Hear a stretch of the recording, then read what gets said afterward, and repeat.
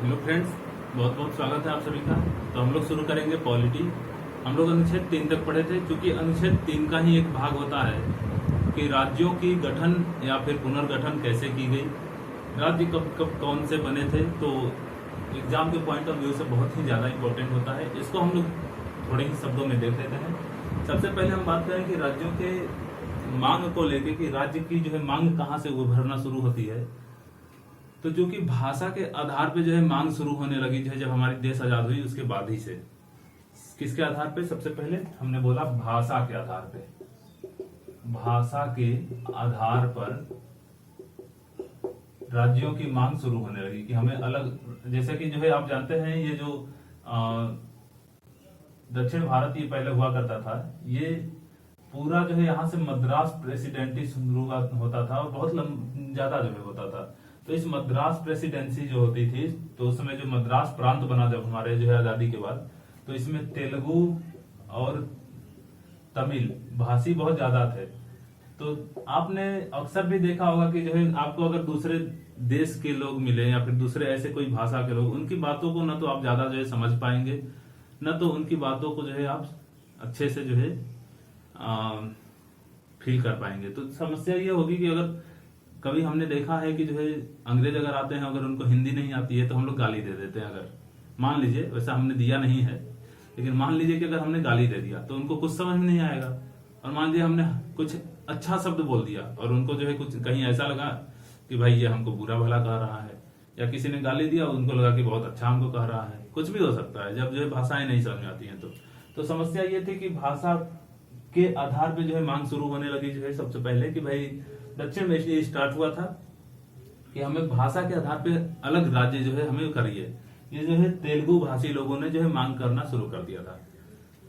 अब इस चीज के लिए जो है सरकार ने क्या किया था, जो है जो समय की नेहरू की सरकार थी, उस नेहरू सरकार ने सबसे पहले नवंबर 1947 में इलाहाबाद हाई कोर्ट के, इलाहाबाद जो कि इस समय प्रयागराज बोला जाता है, ठीक है, इलाहाबाद हाई कोर्ट के रिटायर्ड जज थे, उनका नाम था एसके धर या एसके धार भी बोला जाता है। तो एसके धर की अध्यक्षता में ये 4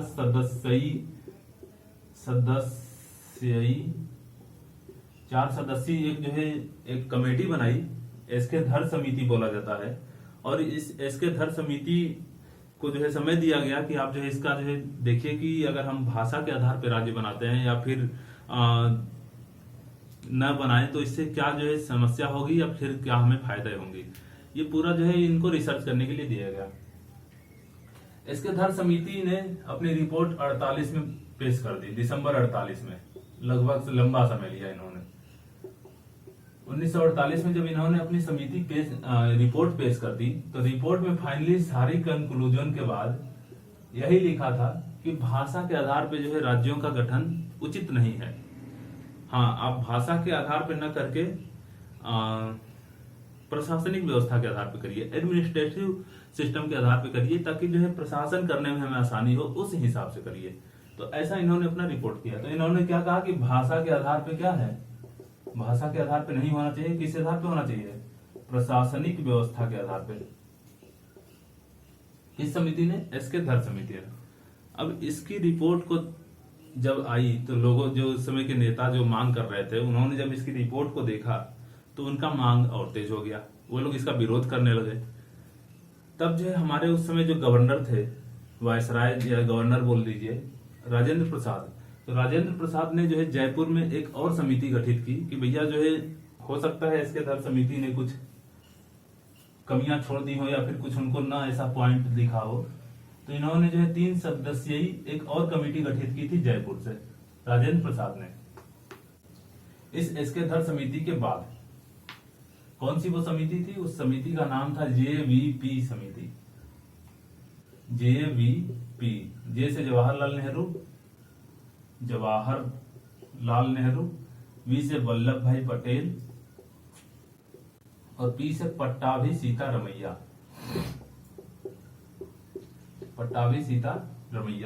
इन तीनों के पहले नाम के पहले अक्षर से ही जो है इन्होंने क्या कर दिया था, एक समिति गठित कर दी, वही दिसंबर लास्ट में। और इन्होंने जो है अपना रिपोर्ट जो है फिर 1949 में दिया। 1949 में जब इन्होंने अपना अप्रैल वगैरह के आसपास जब रिपोर्ट दिया तो इन्होंने भी वही बात दोहराई जो कि इसके धर समिति ने दोहराई थी कि भैया भाषा के आधार पे एकदम कतई नहीं होना चाहिए। भाषा के आधार पे होने से समस्या ये होगी, फिर छोटे छोटे जनजाति समूह भी अपना मांग करना शुरू कर देंगे, बहुत सारी समस्याएं आ सकती हैं। जो भारत अखंड है, अखंड जो भारत जो है हम लोग जो सपना देखे हैं वो खंड खंड हो सकता है। तो इन्होंने भी बोला कि भाषा के आधार पे नहीं, भाषा नहीं, प्रशासनिक व्यवस्था के आधार पे करना चाहिए, प्रशासन के आधार पे। ठीक है। अब इस रिपोर्ट को देख के जितने आंदोलन हो रहे थे वो और उग्र हो गए, बहुत तेज हो गया। क्योंकि सरकार जो है जाती, बातचीत करती, एक उनका मसौदा तैयार होता, विचार बनता, लेकिन नेहरू कभी इसके पक्ष में ही नहीं थे कि जो है हम देश को जो है भाषा के आधार पे बांट दे। हुआ क्या फिर, ये जो है आंदोलन और उग्र तब हो गई जब 1952 में एक व्यक्ति थे आंध्र प्रदेश के, उनको आंध्र प्रदेश का पितामह भी कहा जाता है, आंध्र प्रदेश का पितामह। इन व्यक्ति का नाम था पोटी श्री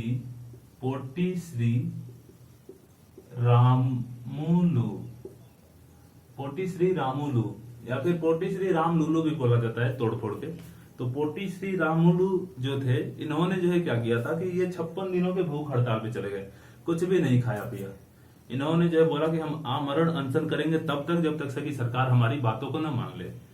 तो ये इन्होंने जो है फाइनली हुआ क्या कि 56 दिन तक नेहरू बोले चलो ऐंठन जो है ढील हो जाएगी, खुदे सही हो जाएगा, शांत हो जाएगा, लेकिन ऐसा कुछ हुआ नहीं। 56 दिनों के बाद इनकी मृत्यु हो गई। और आप समझ लीजिए कि जो आपके मांगों को लेके जो इतना हड़ताल किया हो या फिर जो आमरण अनशन कर रहा हो, अगर ऐसी स्थिति बन जाए तो जनता कितनी उग्र हो जाएगी। अभी तो आप देख रहे हैं कि कोई भी जो है छोटी सी जो है मांग शुरू होती है तो उसके पीछे जनता जो है इतने जागरूक हो गए हैं। तो उस समय जो है इन सब चीजों को कन्विंस करने वाले जो नेताओं ने जो है अपने पीछे बहुत सारे जनता को जो है सपोर्ट में लिया था। अब जनता एकदम उग्र हो गई और बस जलाई जाने लगी, सरकारी संपत्ति फूकने लगे लोग, जलाने फूकने लगे, ऐसे बहुत तमाम सारी चीजें जो है होने लगी। अब उन सिचुएशन में जो है नेहरू के पास कोई ऑप्शन ही नहीं बचा। तो फाइनली उन्होंने घोषणा किया कि हम आंध्र प्रदेश को भाषा के आधार पे अलग राज्य घोषित करते हैं और इसका मसौदा बहुत ही जल्द हम विधि के द्वारा जो है तैयार करवा देंगे। ठीक है। तो ये जो है काम हुआ जो है। बताइए, आज मौसम भी ठंडा है, उसके बावजूद गर्मी इतना ज्यादा है। तो हमने जो है क्या बात की थी कि भाई ये जो है जेवीपी समिति ने भी अपना बोला, पोटी श्री रामलुलु जो थे इन्होंने आमरण अनशन किया, फाइनली जो है घोषणा हुआ और 1 अक्टूबर 1953 को आंध्र प्रदेश भाषा के आधार पर पहला राज्य बना। तेलुगु भाषी लोगों को अलग कर दिया गया। तो भाषा के आधार पर ये जो है पहला राज्य जो है गठित किया गया। अब हम लोग देखेंगे इस 1953 में ही एक राज्यों के पुनर्गठन को लेके कि भाई इसी तरह जो है मांगे और जगह चालू हो गई, स्टार्ट हो गई कि हमें भी अलग करो, हमें भी अलग करो। जैसे मराठी और गुजराती लोग भी जो है मांग करने लगे। अब ऐसे ऐसे छोटे छोटे लोग भी मांग करने लगे। तब इन चीज को देखते हुए एक जो है आयोग बनाया गया जिसका नाम है फजल अली आयोग। इस फजल अली आयोग 3 सदस्यीय थी, जिसमें एक सदस्य फजल अली खुद थे, दूसरे सदस्य थे एचएन कुंजरू, हृदयनाथ कुंजरू, और तीसरे सदस्य का नाम है के.एम. पन्नीकर। तो इन 3 सदस्यीय एक जो है आयोग बनाया गया। कब? 1953 में। इस 1953 में ये जो सदस्य बना था, अध्यक्ष आयोग जो बना था, तो इस आयोग को जो है बोला गया कि भैया जो है तुम देखो कि किस हिसाब से जो है राज्यों का पुनर्गठन किया जा सकता है। तो इन्होंने जो है फाइनली जब अपनी रिपोर्ट प्रस्तुत की सारी चीजों की समीक्षा करते हुए, तो इन्हीं रिपोर्ट को आधार बना के 7वां संविधान संशोधन 1956 द्वारा राज्य पुनर्गठन अधिनियम लाया गया। राज्य पुनर्गठन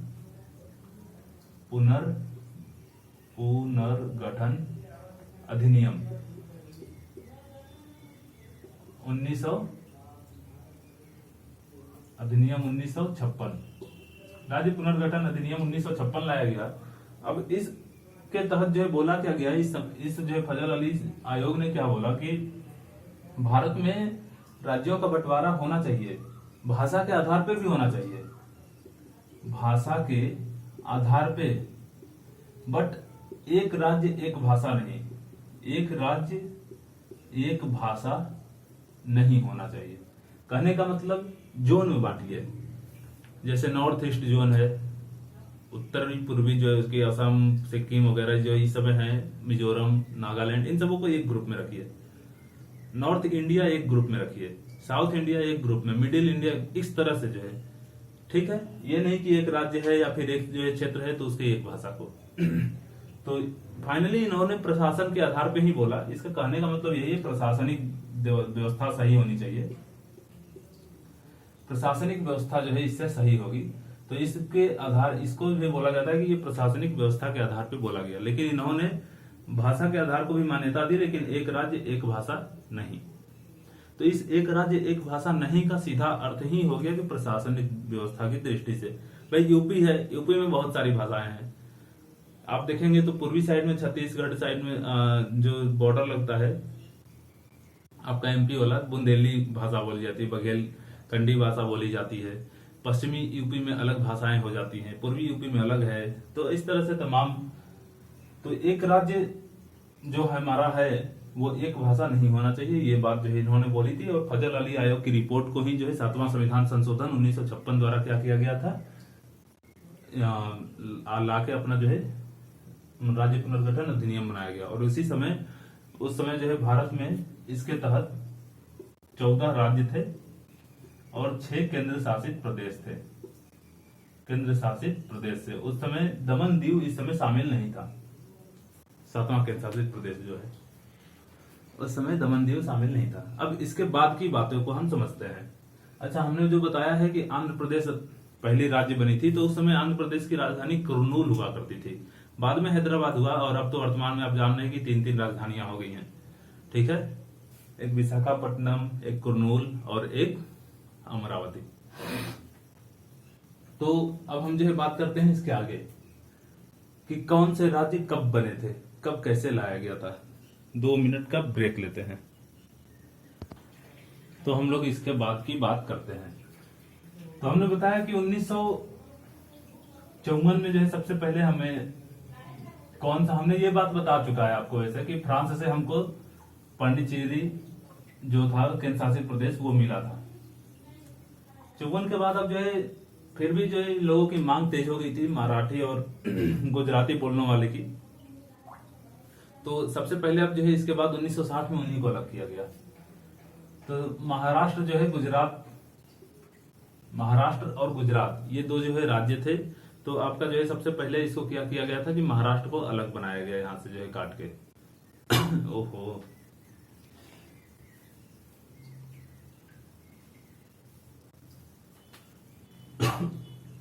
गला में गड़बड़ी है। तो सबसे पहले क्या किया गया था, महाराष्ट्र और गुजरात को काट के अलग कर दिया गया। कब? 1960 में। 1960 में महाराष्ट्र और गुजरात को किया गया। अब उसके बाद देखेंगे आप तो नागालैंड आता है। देखिए एक जो हम ये लिख रहे हैं गुनहारी, गुनहारी, गु से गुजरात, न से नागालैंड, ठीक है, और हरी से हरियाणा, न से नागालैंड। नागालैंड को फिर जो है बनाया गया 1963 में, और हरियाणा को बनाया गया फिर 1966 में। ये पूछा जाता है अक्सर कि कब कौन से राज्य बने हैं, ठीक है। अब इसके बाद जो है हिमाचल प्रदेश आता है, ठीक है, हारी के बाद हिमाचल प्रदेश। HP लिख रहे हैं, हिमाचल प्रदेश कब 1971 में। उसके बाद 72 में 3 ठो जो है आते हैं आपके, 72 में 3 आते हैं। तो 72 में जो है आपके 1972 में हम इधर लिखते हैं, नाम है मेघालय, मणिपुर, त्रिपुरा। मेघालय, मणिपुर और त्रिपुरा, ठीक है। तो ये जो है तीनों जो है ये 1972 में। अब इस चीज को समझिए, 72 में 3 है, इसी तरह 87 में भी 3 आएंगे, इस तरह से याद कर लीजिए। 1987 में भी 3 आते हैं, कौन कौन से?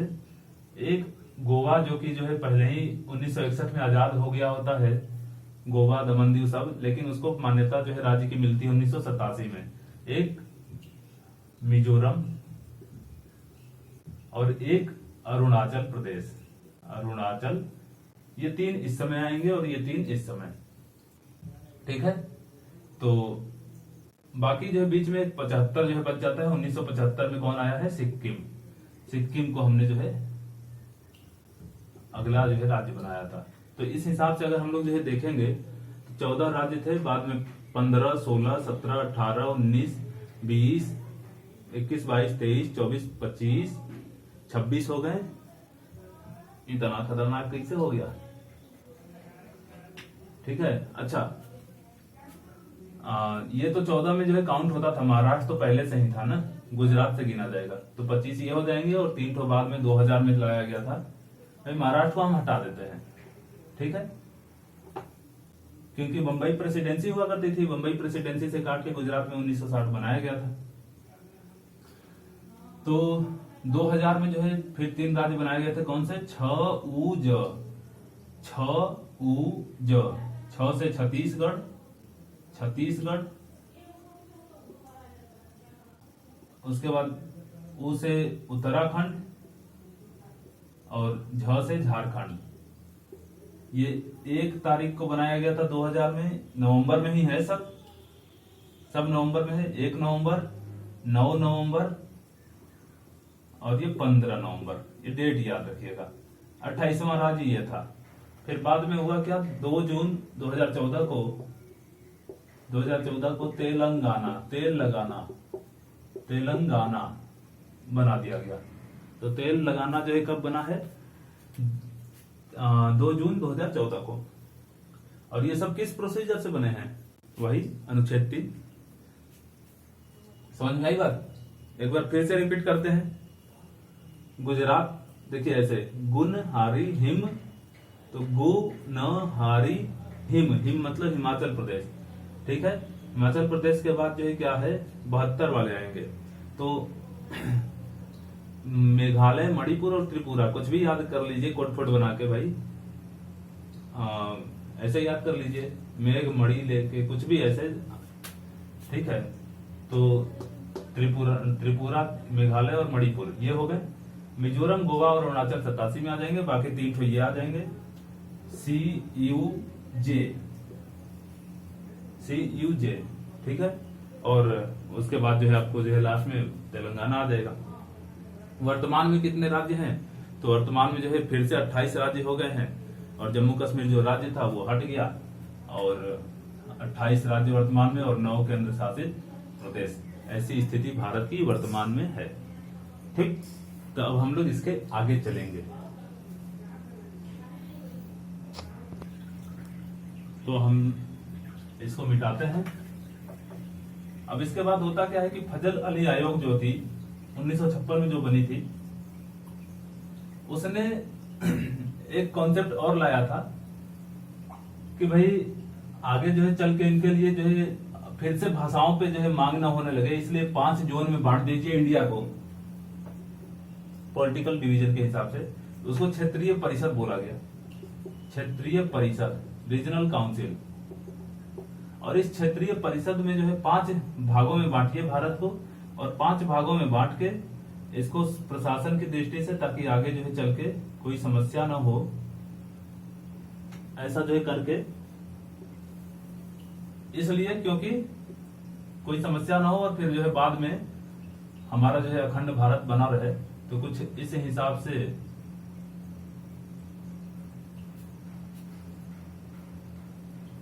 एक रफली जो है हम ऐसे बना लेते हैं आपको समझाने के लिए। अब होता क्या है, 5 जो मुख्यालय बने हैं क्षेत्रीय मुख्यालय, उनके जो है नाम आपको देखने होंगे। नाम कुछ नहीं है, मध्य वाला जो है क्षेत्रीय परिषद ये है, पश्चिमी वाला ये है, दक्षिणी यहाँ पे है, पूर्वी यहाँ पे है और उत्तरी यहाँ पे है। इसका मतलब उत्तरी क्षेत्रीय परिषद का मुख्यालय कहाँ है? उत्तरी क्षेत्रीय परिषद। हम यहाँ लिख रहे हैं क्षेत्रीय परिषद, जिसमें उत्तरी क्षेत्रीय परिषद दिल्ली में होगा, मध्य वाला इलाहाबाद यानी प्रयाग में हो जाएगा, हम ए से लिख दे रहे हैं इलाहाबाद। पश्चिमी वाला जो है मुंबई में हो जाएगा, पूर्वी वाला जो क्षेत्रीय परिषद का मुख्यालय है कोलकाता में, और दक्षिणी क्षेत्रीय परिषद का मुख्यालय कहाँ हो जाएगा? चेन्नई, यानी कि मद्रास तमिलनाडु, यानी कि चेन्नई, सी लिख दे रहे हैं। तो ये इनका मुख्यालय पूछा जाता है। क्षेत्रीय परिषद करती क्या है? तो इसमें जो है प्रधानमंत्री जो होते हैं और सभी राज्यों के जो है मुख्यमंत्री वो सदस्य होते हैं। आपसी जो है सामंजस्य को और व्यवहार को, बातचीत को जो है करते हुए एक दूसरे के साथ तालमेल बढ़ाया जाता है और बाकी सारी चीजों को सही ढंग से चलाया जाए, इस पे बात की जाती है। केंद्र राज्य संबंध को स्थापित करने के लिए और राज्य राज्य संबंध को स्थापित करने के लिए इसको बनाया गया था। ठीक है, तो नेक्स्ट क्लास में हम लोग आगे की बात पढ़ेंगे।